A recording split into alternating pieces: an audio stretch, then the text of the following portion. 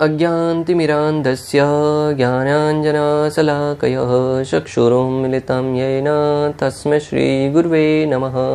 हरे कृष्णा। आज गीता श्रृंखला के सत्र क्रमांक 122 में आप सभी भक्तों का हार्दिक स्वागत है। आज हम श्रीमद् भगवद गीता के तीसरा अध्याय जो कि है कर्म योग, श्लोक क्रमांक 31 और 32 का अध्ययन करेंगे। श्लोक इस प्रकार है। ये मे मतम इदम नित्यम अनुतिष्ठन्ति मानवः श्रद्धावान अनंतो अनसूयन्तो मुच्यन्ते तेऽपि कर्मभिः। अर्थात जो व्यक्ति मेरे आदेशों के अनुसार अपना कर्तव्य करते हैं और जो ईर्ष्या रहित होकर इस उपदेश का श्रद्धा पूर्वक पालन करते हैं, वे सकाम कर्मों के बंधन से मुक्त हो जाते हैं। पिछले सत्र में भगवान ने अर्जुन को सीधा सीधा आदेश देते हुए कहा कि किस प्रकार भगवान को कौन सा भक्त है वो प्रिय है, किस प्रकार हमें भगवान द्वारा प्रदत्त ज्ञान है उसको अपने व्यवहारिक जीवन में उतारना है, किस प्रकार भगवान के आदेश का पालन करना है। भगवान पूर्ण रूप से अधिकारी के रूप में, एक सेनानायक के रूप में अर्जुन को निर्देश देते हुए प्रतीत हो रहे थे। तो हमें भी अगर उस ज्ञान को उस भाव में स्वीकार करना है तो सर्वप्रथम श्री कृष्ण को या तो गुरु के रूप में या परमेश्वर के रूप में स्वीकार करना होगा। शास्त्रों में वर्णन आता है, वासुदेव सुतम देवम कंच चानूरमर्दनम देवकी परमानंदम कृष्णम वंदे जगत गुरु, कृष्णम वंदे जगत गुरु। श्री कृष्ण है वो जगत के गुरु है भक्तों। अर्जुन के तो गुरु हैं, साथ ही साथ हम भी अगर भगवद गीता को भगवान श्री कृष्ण के माध्यम से सीखना चाहते हैं, समझना चाहते हैं, तो हमें श्री कृष्ण को गुरु रूप में स्वीकार करना होगा। जब तक हम कृष्ण को गुरु रूप में स्वीकार नहीं करेंगे तब तक हम भगवद गीता को जो ज्ञान भगवान हमें प्रदान करना चाह रहे हैं उस ज्ञान से हम भली भांति ओतप्रोत नहीं हो पाएंगे। कारण भक्तों, क्योंकि हम कृष्ण को एक साधारण व्यक्ति के रूप में ले लेंगे, एक कृष्ण को अवतारी पुरुष के रूप में मान बैठेंगे, तब तक व्यक्ति है वो उनको हल्के में लेता रहेगा। और जब व्यक्ति को हल्के में लेगा तो उनके द्वारा प्रदत्त ज्ञान है उसको भी जीवन में चाहते हुए भी जीवन में नहीं उतार पाएगा।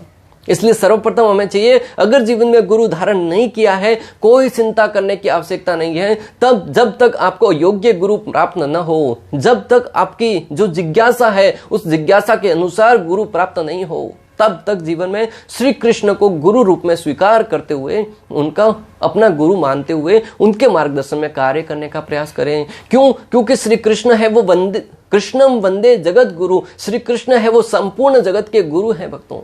क्यों वो गुरु है? क्योंकि उन्होंने भगवद गीता का ज्ञान प्रदान किया और भगवद गीता का ज्ञान है वो हर एक प्राणी के लिए है, किसी जाति धर्म के लिए नहीं है। हर एक जाति, हर एक वर्ण का, हर एक देश का, हर एक राज्य का, भले काला हो, गोरा हो, किसी जाति का हो, किसी शूद्र जाति में जन्म लिया हो, हर एक व्यक्ति इस भगवद गीता के ज्ञान को पढ़कर समझकर अपने जीवन में उतारेगा ना, तो जीवन की सफलताओं को प्राप्त करेगा भक्तों।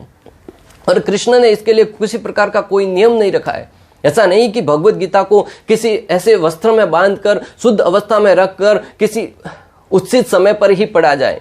हाँ, इसकी महत्वता है, इसकी जो प्रामाणिकता है उसको प्रमाणित रखना हमारा कर्तव्य है। परंतु साथ ही साथ अगर भगवद गीता को वास्तविक रूप में कृष्ण को आप सम्मान देना चाहते हैं, कृष्ण को महत्व देना चाहते हैं, तो श्री कृष्ण द्वारा प्रदान की गई इस भगवद गीता को खोलकर पढ़ें, उसे समझने का प्रयास करें और यह समझने का प्रयास करें कि भगवद गीता का ज्ञान है वो मेरे लिए कृष्ण कह रहे हैं, पर्सनली मेरे लिए आकर मुझे ज्ञान प्रदान कर रहे हैं और इस ज्ञान को जीवन में उतार कर मैं श्री कृष्ण को अपने गुरु के रूप में स्वीकार करते हुए कार्य करूंगा। इस प्रकार जब जीवन निर्वाहन करेगा भक्तों, तब व्यवहारिक जीवन में ये ज्ञान पूर्ण रूप से हम उतार पाएंगे। और जब ज्ञान उतार पाएंगे तभी तो वो कार्य करेगा। डॉक्टर हमें दवाई देता है परंतु हमें डॉक्टर पर श्रद्धा ही नहीं है, हम मानते ही नहीं कि ये डॉक्टर से हमारा बीमारी ठीक होने वाला, फिर तो हो गया काम भक्तों। क्या बीमारी ठीक होगी? नहीं होने वाली। इसलिए सर्वप्रथम है डॉक्टर के ऊपर श्रद्धा होनी चाहिए कि जो डॉक्टर कह रहा है वो डॉक्टर के कहने से मेरा जीवन में जो बीमारियां हैं वो ठीक होगी, तब हम उस दवाई को ठीक से ले पाएंगे, वरना उन दवाई को भी ठीक से नहीं ले पाएंगे। उसी प्रकार अगर हमें श्री कृष्ण पर श्रद्धा है तब हम भगवद गीता को प्रमाणिक रूप से समझते हुए इस ज्ञान को समझ पाएंगे और इस ज्ञान को समझेंगे तब जीवन में कार्य करेगी। वरना आज की तारीख में सामान्य व्यक्तियों की तो बात छोड़िए भक्तों, ऐसे अनेक तथाकथित अपने आप को सर्वश्रेष्ठ पद पर बताए हुए बैठे हुए बताते हैं, फिर भी कहते हैं कि भगवत गीता हमें, जो कृष्ण ने कहा कि अहम सर्वस्य प्रभवो मत सर्वम प्रवर्तते इति मत्वा भजन्ते माम बुधा भाव समन्विता, मैं ही सबका प्रभु हूं। और दूसरी जगह पे कहा कि मैं ही काल हूं, मैं ही काल के रूप में हर एक व्यक्ति का भक्षण करता हूं। हर एक व्यक्ति जब मृत्यु के मुंह में प्रवेश करता है वो मेरे द्वारा ही उसका ग्रसन होता है। तब लोग उसका अर्थ निकालते हुए कहते हैं कि वो कृष्ण नहीं कह रहे थे, काल है वो कृष्ण के ऊपर हावी होकर कृष्ण के मुख से कहलवा रहा था। क्या काल कोई भूत है कि कृष्ण के ऊपर अपना वर्चस्व जमाकर कृष्ण के माध्यम से कहलवा रहा है? क्या कृष्ण कोई माध्यम है जिसके माध्यम से कोई अंदर से परमात्मा वो कहलवा रहे कि मैं ही सबका प्रभु हूं? जब भक्तों श्री कृष्ण कह रहे हैं कि मैं हर एक जीव का प्रभु हूं, हर एक का स्वामी हूं, तो वो साक्षात भगवान श्री कृष्ण बजेंद्र नंदन, देवकी नंदन, वसुदेव नंदन, ये श्री कृष्ण ही कह रहे हैं। जो व्यक्ति इस बात को समझेगा, श्री कृष्ण को मानेगा, वही व्यक्ति व्यवहारिक जीवन में ज्ञान को उतार पाएगा। इससे अच्छा तो यह है कि आप भगवत गीता को नहीं पढ़ने वाला अनपढ़ व्यक्ति है, वो कृष्ण को मात्र भगवान के रूप में देखते हुए उनके ऊपर आश्रित रहकर कार्य करता है, वो उस ज्ञानियों से तो श्रेष्ठ है जो कृष्ण को अनेक प्रकार से अलग अलग रूपों में बांटने का प्रयास करते हैं। हाँ, काल है, अनेक प्रकार के दिशाएं हैं, अनेक प्रकार के देवी देवता है, वो हर एक भगवान के शरीर का अंग है, परंतु कृष्ण है वो परम पुरुषोत्तम है। ये बात हमें स्वीकार करना बहुत महत्वपूर्ण है भक्तों। तो यहां पे भगवान कह रहे हैं, जो व्यक्ति मेरे आदेशों के अनुसार अपना कर्तव्य करते रहते हैं, जो व्यक्ति मेरे आदेशों के अनुसार, क्या अर्थ है इसका? भगवत गीता के अनुसार अपने कर्तव्यों का पालन करते रहते हैं और ईर्ष्या रहित होकर इस उपदेश का श्रद्धा पूर्वक पालन करते हैं। भक्तों, ईर्ष्या रहित होकर, यह शब्द बहुत महत्वपूर्ण है भक्तों। भगवान श्री कृष्ण भगवत गीता के 9वें अध्याय में भगवान श्री कृष्ण अर्जुन से कहते भी हैं, क्या कहते हैं?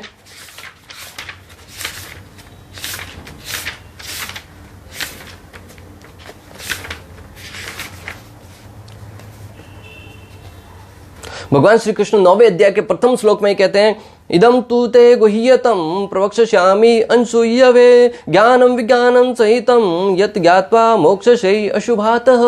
अर्थात श्री भगवान ने कहा, हे अर्जुन, सो कि तुम मुझसे कभी ईर्ष्या नहीं करते, इसलिए तुम्हें यह परम गुह्य ज्ञान तथा अनुभूति बतलाऊंगा, जिसे जानकर तुम संसार के सारे क्लेशों से मुक्त हो जाओगे।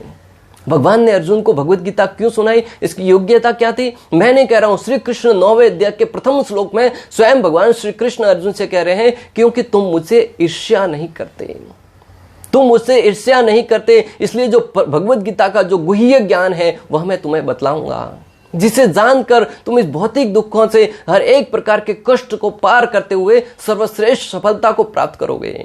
भक्तों, हमें भी अगर श्री कृष्ण के द्वारा प्रदत्त इस ज्ञान को प्राप्त करना है तो श्री कृष्ण कह रहे हैं कि ईर्ष्या रहित होकर हमें स्वीकार करना होगा। ईर्ष्या क्या? कि हम कृष्ण से ईर्ष्या करते हैं कि कृष्ण है वो तो भगवान हो ही नहीं सकते। वो व्यक्ति तो दुर्योधन की भांति है भक्तों।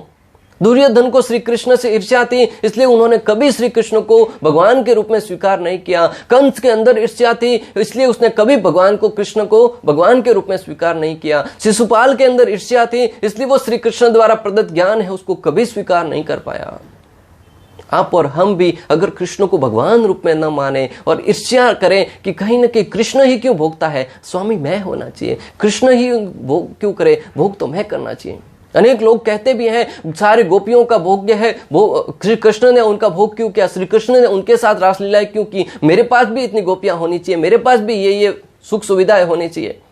ये भाव है वो राक्षसी भाव है, ये भाव है वो दुर्योधन का भाव है, ये भाव है वो कंस का भाव है। ये भाव हमारे अंदर से एक राक्षसी प्रवृत्ति को प्रेरित कर रहा है भक्तों।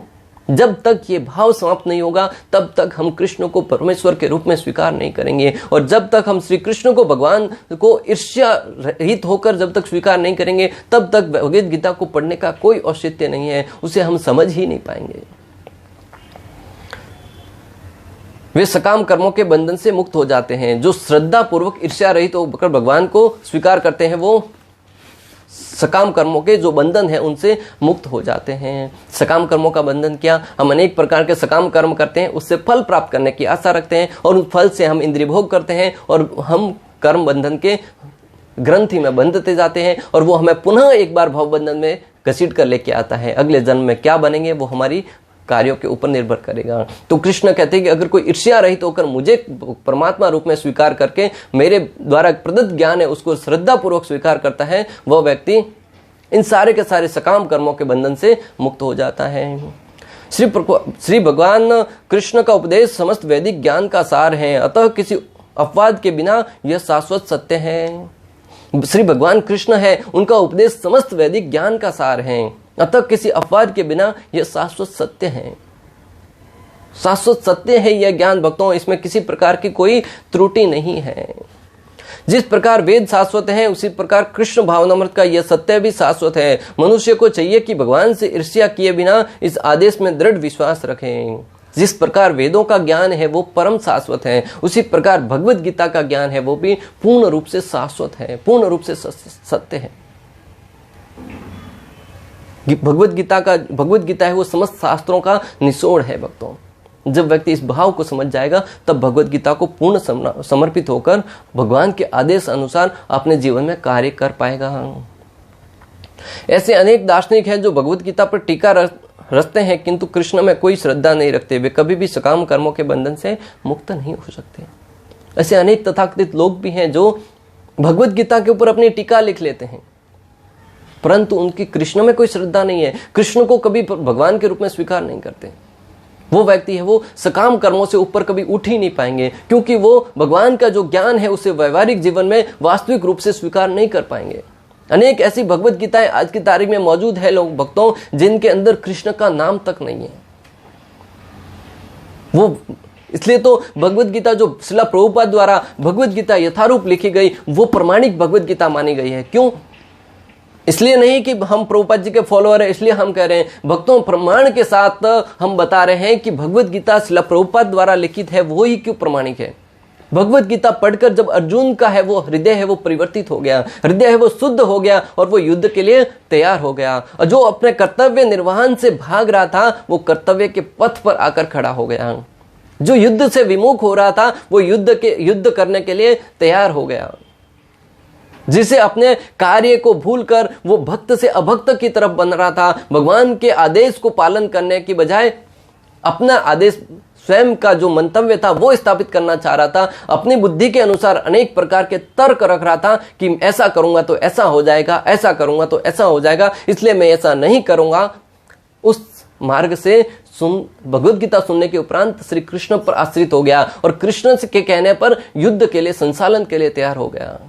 उसी प्रकार अगर हम भी भगवान द्वारा प्रदत्त इस ज्ञान को पढ़ेंगे लिखेंगे तो हमारे जीवन में भी क्रांति आएगी। तब तो भक्तों मानना चाहिए कि ये प्रमाणिक है।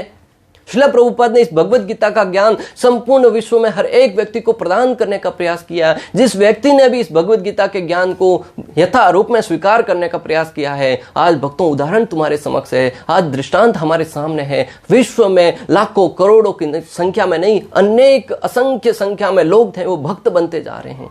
जो जीव अपनी इंद्रिय तृप्ति के लिए कार्य करते जा रहे थे, पूर्ण रूप से नशे की वस्तुओं में डूबे हुए थे, वो व्यक्ति भगवत गीता सुनने के उपरांत, कौन सी भगवत गीता? भगवत गीता यथारूप श्रील प्रभुपाद द्वारा लिखित भगवत गीता को जब सुना, पढ़ा, समझा, तब उनके जीवन है वो परिवर्तित हो गया। अर्जुन की भांति उनके जीवन में भगवान को आश्रित होने का भाव आया और वो आज भगवत गीता के अनुसार अपना जीवन निर्वाहन करते हुए श्री कृष्ण के सर्वश्रेष्ठ भक्त बनते जा रहे हैं। इससे बड़ा प्रमाण क्या चाहिए? और जो अनेक प्रकार के लोग भगवत गीता लिखते हैं उसमें कृष्ण को कभी भगवान के रूप में स्वीकार नहीं करते, वो भगवत गीता है किसी का हृदय परिवर्तन नहीं कर सकती। इसलिए जो भगवत गीता यथारूप है इसे पढ़कर समझकर आचार्यों के मार्गदर्शन में ही समझने का प्रयास करें। किंतु एक सामान्य पुरुष भगवान के इन आदेशों में दृढ़ विश्वास करके कर्म नियम के बंधन से मुक्त हो जाता है, भले ही वह इन आदेशों का ठीक से पालन न करे। जो व्यक्ति कृष्ण के द्वारा आदेश है उनको अपने जीवन में अगर कृष्ण को परमेश्वर के रूप में स्वीकार करता है तो भगवान प्रारंभ में हमें दिखेगा कि भगवान श्री कृष्ण के जो सिद्धांत है, जो ज्ञान है, उसको हम ठीक से पालन नहीं कर पा रहे हैं। परंतु धीरे धीरे हम व्यवहारिक जीवन में अगर श्रद्धा श्री कृष्ण के ऊपर है, अगर श्रद्धा भगवान के ऊपर है, तो हम धीरे धीरे अपने व्यवहारिक जीवन में उसे पालन कर पाएंगे। कृष्ण भावनामृत के प्रारंभ में भले ही कृष्ण के आदेशों का पूर्णतया पालन न हो पाए, किंतु सुखी मनुष्य इस नियम से रुष्ट नहीं होता और पराजय तथा निराशा का विचार किए बिना निष्ठापूर्वक कार्य करता है, अतः वह विशुद्ध कृष्ण भावनामृत को प्राप्त हो जाता है। कृष्ण भावनामृत के प्रारंभ में व्यक्ति हो सकता है कि कृष्ण के आदेशों का पूर्णतया पालन नहीं करता हो, परंतु कृष्ण में श्रद्धा रखते, लाभ तथा हानि की चिंता किए बगैर, जीवन में निराश हुए बगैर अगर वो निश्चित रूप से श्री कृष्ण के मार्गदर्शन में कार्य करेगा ना, तो एक न एक दिन वो सफल होगा। ये बात निश्चय है भक्तों। प्रमाण अर्जुन है वो प्रारंभ में भगवान श्री कृष्ण के द्वारा ज्ञान है, भगवान श्री कृष्ण के द्वारा प्रदत्त ज्ञान है, उसको स्वीकार नहीं कर पा रहे थे, अपने ही मन की बातें कह रहे थे। परंतु जैसे जैसे भगवत गीता सुनते गए और श्री कृष्ण के ऊपर श्रद्धा रखते सुनते गए, तो एक समय ऐसा आया तब वो उठकर खड़े हुए और कहने लगे, बोलो कृष्ण किसको मानना है। उसी प्रकार हम भी अगर व्यवहारिक जीवन में भगवत गीता के ऊपर आश्रित रहकर भगवान के ज्ञान को जीवन में उतारते हुए कार्य करेंगे, तो एक न एक दिन हम भी सफल होना निश्चित है। भक्तों, रामायण का प्रसंग जब प्रभु श्री रामचंद्र ने माता सीता की खोज के लिए अलग अलग टुकड़ियों में लोगों को भेजा, अलग अलग सेनाओं को भेजा, तो हनुमान जी जिस सेना का संचालन कर रहे थे, वो टुकड़ी जब समुद्र के किनारे आकर खड़ी हो गई और लंका जाने के लिए उन्हें कुछ ज्ञात नहीं हो रहा था कि किस प्रकार जाया जाए, परंतु भगवान का आदेश था। उस आदेश को हनुमान जी ने पूर्ण रूप से आश्रित होकर भगवान के मार्गदर्शन में अपने जीवन में हृदय में पालन करके सोच रहे थे कि ये कार्य तो करना ही क्यों, क्योंकि भगवान ने कहा है। तब भगवान ने परमात्मा रूप में अंदर से प्रेरणा प्रदान करी और अनेक प्रकार से लीला बहुत लंबी है। और हनुमान जी है वो छलांग लगाकर लंका गए और सारे कार्य सफल करके पुनः भी आ गए। क्यों कर पाए? क्योंकि उनके अंदर श्रद्धा थी भगवान के ऊपर। क्यों? उनके अंदर भाव था कि हमें प्रभु की सेवा करनी है। तो विशेष बात क्या होनी चाहिए? हमारे अंदर श्रद्धा होनी चाहिए कि श्री कृष्ण जो ज्ञान बता रहे हैं वो वास्तविक ज्ञान है। श्री कृष्ण है वही भगवान है। श्री कृष्ण के आदेश का पालन करना हमारा कर्तव्य है। तो कभी कभी हमें लगेगा कि ये पालन कैसे करूं, परंतु अगर हमारी श्रद्धा भगवान में है, अगर हमारी श्रद्धा गुरु में है, तो वो ज्ञान है, उसके अनुसार हम कार्य करेंगे भी और सफलता भी प्राप्त करेंगे। ऐसे अनेक दृष्टांत आते हैं। भक्तों, श्रील प्रभुपाद ट्रेन में बैठकर एक बार दिल्ली से जा रहे थे। तब श्रील प्रभुपाद से किसी ने कहा कि दिल्ली में भी कोई सेंटर अपना होना चाहिए। तुरंत प्रभुपाद जी ने अपने एक शिष्य को कहा कि यहाँ पे उतर जाओ। चल ट्रेन रवाना होने ही वाली थी कि कहा कि यहाँ पे उतर जाओ और यहाँ पे मंदिर का निर्माण करो। वो व्यक्ति सोच सकता था, न तो किसी प्रकार का धन है मेरे पास, न किसी प्रकार का कोई टीम वर्क है, और मैं किस प्रकार मंदिर खड़ा करूंगा। अरे साधारणतः 5-10 रुपए 100 रुपया खरीदने की बात प्राप्त करने की बात होती तो अलग बात थी, भव्य मंदिर बनाने की बात है, किस प्रकार बना पाऊंगा मैं। परंतु उसे गुरु के शब्दों पर श्रद्धा थी। गुरु मुख पद्म वाक्या सिद्धिते कोरी आज्ञा। गुरु के शब्दों पर उन्हें पूर्ण श्रद्धा थी और भगवान श्री कृष्ण पर पूर्ण श्रद्धा थी। वो व्यक्ति उतर गया और उसका रिजल्ट भक्तों आज देखिए आप दिल्ली के द्वारका नगर में बहुत ही सुंदर है। वो भगवान श्री कृष्ण का भगवान श्री कृष्ण का जो पार्थ सारथी मंदिर है, बहुत ही भव्य मंदिर बनाया गया है। आप दिल्ली में रहते तो वहां पे जाइएगा, बहुत सुंदर भव्य मंदिर है। कोरोना काल में वहां पर लाखों की मात्रा में लोगों को प्रसाद वितरण किया गया था। जो अनाथ व्यक्ति हैं, जिसको भोजन नहीं था, उन्हें अनेक प्रकार का भोजन प्रदान किया गया था। भक्तों, स्वयं प्रधानमंत्री नरेंद्र मोदी जी वहां पर जाकर विश्व की सबसे बड़ी भगवत गीता का भी अनावरण किया। भक्तों, मैं आपको जो बताना चाह रहा हूं, अगर हमें गुरु के शब्दों पर श्रद्धा है, अगर श्री कृष्ण के शब्दों पर श्रद्धा है, तो कोई भी कार्य हम जीवन में हमारे दृष्टिकोण से सोचेंगे कैसे हो पाएगा, परंतु वो निश्चित रूप से होगा। भक्तों, आप कल्पना कीजिए, इस संपूर्ण विश्व में कृष्ण भगवान के मंदिरों की स्थापना करना किसी की बस की बात थी? पाकिस्तान जैसे देश में, बांग्लादेश जैसे देश में, अमेरिका जैसे देश में, दुबई जैसे देश में, जहां ऐसे अनेक देश, रसिया जैसे देश में, जहां पर ये वस्त्र पहनना, गेरुए वस्त्र पहनना भी बहुत बड़ा गुनाह था, अपराध था, उस व्यक्ति को जेल में डालना के लिए प्रावधान था। परंतु श्रील प्रभुपाद ने कृष्ण पर श्रद्धा रख के जब वो गए, अपने भक्तों को आदेश दिया, भक्त जब वहां पर जाकर प्रचार करने लगे, अपने जीवन को संकट में डालकर, क्यों कर पाए? क्योंकि श्रद्धा कृष्ण पर थी, श्रद्धा गुरु पर थी। और आज आप देखिए प्रमाण भक्तों, रसिया जैसे देश में, चाइना जैसे देश में, पाकिस्तान जैसे देश में, दुबई जैसे देश में, अमेरिका जैसे देश में, हर एक जगह पे श्री कृष्ण के मंदिरों का निर्माण किया गया और प्रमाणिक तरीके से वहां पर लोगों को प्रसाद वितरण किया जाता है, ज्ञान प्रदान किया जाता है। और वही लोग, वहीं के जो लोगों को किसी प्रकार का कोई वैदिक ज्ञान नहीं था, वो पूर्ण रूप से आज श्रील प्रभुपाद की कृपा से भगवत सेवा में लगकर भगवान श्री कृष्ण के सेवा शरणों की सेवा कर रहे हैं और प्रामाणिकता के साथ कर रहे हैं। और आप और हम अपने आप को हिंदू बनाए बैठे हैं और करते क्या है? कृष्ण और नाम को तो सब पता है, श्री राम बोलने के सिवा कुछ नहीं करते भक्तों। अगर करते हैं तो बहुत अच्छी बात है, नहीं करते तो आज से करना प्रारंभ कीजिए कि हम भगवान श्री कृष्ण का संदेश है भगवत गीता का, उसे सब में वितरण करेंगे, हर एक व्यक्ति तक पहुंचाने का प्रयास करेंगे। और जब प्रयास करेंगे तो हमें मात्र प्रयास करना है, सफलता दिलाना श्री कृष्ण के ऊपर आश्रित है। भगवान श्री कृष्ण निश्चित रूप से सफलता प्रदान करेंगे। इस प्रकार अभी हम लेंगे श्लोक क्रमांक 32। ये त्वे तद्व्यशृण्वन्तो नानुतिष्ठन्ति मे मतम् सर्वज्ञान विमूढ़ास्त तद्विद्धिं नष्टान् चेतसः। अर्थात किंतु जो ईर्ष्यावश इन उपदेशों की उपेक्षा करते हैं और इनका पालन नहीं करते, उन्हें समस्त ज्ञान से रहित, दिग्भ्रमित तथा सिद्धि के प्रयासों में नष्ट भ्रष्ट समझना चाहिए। भगवान श्री कृष्ण कहते हैं कि जो व्यक्ति जो मेरे द्वारा आदेश दिए गए हैं उनको ईर्ष्यावश इन उपदेशों की उपेक्षा करते हैं और उनका अपने जीवन में पालन नहीं करते हैं, उन्हें समस्त ज्ञान से रहित, उसमें किसी प्रकार का कोई ज्ञान नहीं है, समस्त प्रकार के ज्ञान से रहित समझते हुए दिग्भ्रमित तथा सिद्धि के प्रयासों में नष्ट भ्रष्ट समझना चाहिए। वो दिग्भ्रमित है, भ्रमित हो गए हैं, क्या करना है क्या नहीं करना है कोई पता नहीं है। सिद्धि प्राप्त करने के रास्ते में उसे पथ भ्रष्ट समझना चाहिए। जाना मुंबई किसी और रास्ते से है, जा रहे किसी और रास्ते हैं, जाना किसी और देश में है, जा किसी और देश में है, करना कुछ और है, कर कुछ और रहे हैं, उन्हें पथ भ्रष्ट समझना चाहिए। मैं नहीं कह रहा हूं, श्री कृष्ण कह रहे हैं।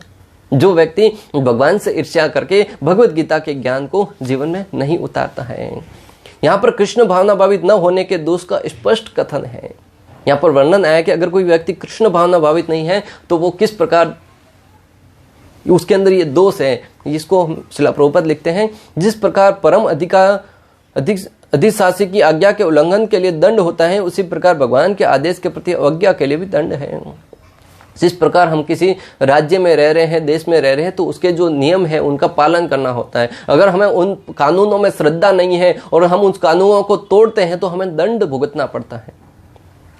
टैक्स चोरी करते हैं, अनेक प्रकार के सिग्नल तोड़ते हैं या किसी का गलत व्यवहार करते हैं, जो भी सरकार द्वारा बनाए गए नियम है उनको अगर हम तोड़ेंगे तो हमें दंड भुगतना पड़ेगा। उसी प्रकार भगवान पर अगर हमें श्रद्धा नहीं है, भगवान द्वारा बताए गए ज्ञान पर हमें श्रद्धा नहीं है, तो हमें जीवन में अनेक प्रकार के दंड भुगतने पड़ेंगे और दंड भुगत भी रहे हैं। नरक में जाकर अनेक प्रकार की यातनाओं को सहकर, अरे नरक तो छोड़ो, इस भौतिक जगत में ही लोग अनेक प्रकार की व्याधियों से दुखी हैं, अनेक प्रकार से कष्टों से दुखी है, मानसिक बीमारियों से दुखी हैं। कोई तन दुखी, कोई मन दुखी, थोड़ा थोड़ा सब दुखी। भक्तों कोई तन से दुखी है, कोई मन से दुखी है, थोड़े थोड़े हर एक व्यक्ति दुखी है, कोई भी व्यक्ति सुखी नहीं है जिसने श्री कृष्ण का आश्रय ग्रहण किया है। जो व्यक्ति श्री कृष्ण के ऊपर आश्रित है, उसके पास धन दौलत रुपया पैसा गाड़ी बंगला कुछ भी नहीं होते हुए भी वो सुखी है। दिन का भोजन क्या प्राप्त होगा नहीं पता, फिर भी वह सुखी है, आत्मतुष्ट है, क्योंकि उसने कृष्ण की शरण ग्रहण करी है। अवज्ञाकारी व्यक्ति चाहे कितना ही बड़ा क्यों न हो जाए, वह शून्य हृदय होने से आत्मा के प्रति तथा परब्रह्म परमात्मा एवं श्री भगवान के प्रति अनभिज्ञ रहता है।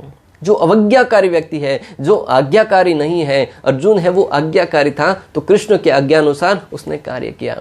अगर कोई व्यक्ति अपने पिता की आज्ञा का पालन नहीं करता तो भी वो जीवन में सुखी नहीं हो सकता, तो परमात्मा की आज्ञा की क्या बात की जाए भक्तों। जो व्यक्ति श्री कृष्ण के आदेश का पालन नहीं करता वह व्यक्ति जीवन में सुखी हो ही नहीं सकता। क्यों? क्योंकि श्री कृष्ण का आदेश क्या बताया गया है। श्री कृष्ण इस संपूर्ण सृष्टि के मालिक हैं। जिस प्रकार एक घर का पिता होते हैं वो मुखिया होते हैं और पिता का आदेश बच्चे को होता है, बच्चा जाकर वो लेके आओ, ये जीवन में ये कार्य करो। अगर बेटा अपने पिता के कहे अनुसार कार्य नहीं करता है, पिता रुष्ट हो जाते हैं और पिता है वो उसको अपने संपत्ति से बेदखल करते हैं। उनको जीवन में जो अब उसके अधिकार में जो हिस्सा आ रहा था उसे बेदखल कर देते हैं, और उस अवस्था में वह व्यक्ति दुखी हो जाता है कि उसके पास न तो धन होता है, न रहने के लिए कुछ मकान होता है। उसी प्रकार भगवान है वो संपूर्ण सृष्टि के मालिक हैं, और जब हम भगवान श्री कृष्ण के द्वारा बताए हुए ज्ञान को, उनके आदेशों का जीवन में पालन नहीं करेंगे तो अनेक प्रकार के दंड भुगतने पड़ेंगे। आज आप देख रहे हैं कि भगवान को अनदेखा करने के कारण, वैदिक नियमों का पालन नहीं करने के कारण अनेक प्रकार की बाढ़ आना, अकाल पड़ना, अनेक प्रकार से ओलावृष्टि होना या किसी प्रकार की मुसीबत आना, ये भगवान को हम पूर्ण रूप से शरणागति न देकर उनके द्वारा ज्ञान है उसको जीवन में पालन नहीं करने के कारण ये सब घटनाएं घटित हो रही हैं।